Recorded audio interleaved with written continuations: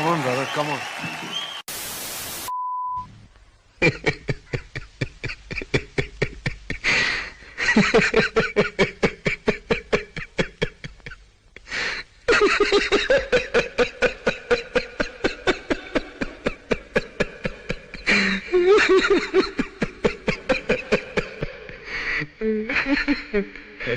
अरे मेरी मौत का तमाशा देखने अब मुझे लटका देंगे।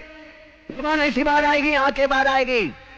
थोड़ी देर लटकता रहूंगा, फिर मेरा भाई मुझे नीचे उतारेगा। फिर आप चर्चा करते घर चले जाओगे, खाना खाओगे, सो जाओगे।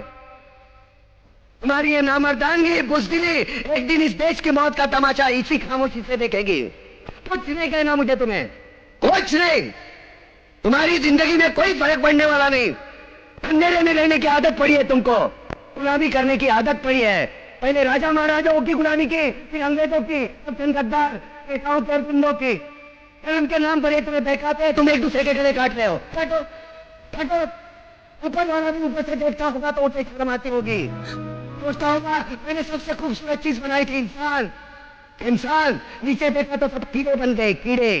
कीड़े रेंगते रहो, सड़ते रहो, मरो, खाए और गए, खेल खत्म। कोई जिए मालूम नहीं, तो मरे मालूम नहीं। शर्म वाली भारी क्रांति लाना चाहती थी, कलम के बोर्ड पर काले वर्तमान को खत्म करना चाहती थी। कौन समझा उसकी बात? सब साले मुर्दे, जिंदा लाशें कितने जगाती हो? मैं जाग गया, कुछ अच्छा काम करके जा रहा हूँ, सुकून है।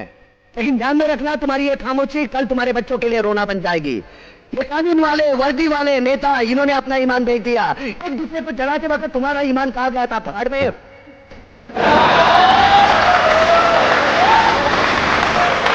जैसा हमारा पड़ोसी मुल्क आने वाले कल में शायद अपने आप को दुनिया के नक्शे पर देख नहीं पाएगा। एक बात भूल रहा है, उनके घर में जो रोटी बनती है ना, उसका आटा भी विदेशी चक्की से पीस के आता है।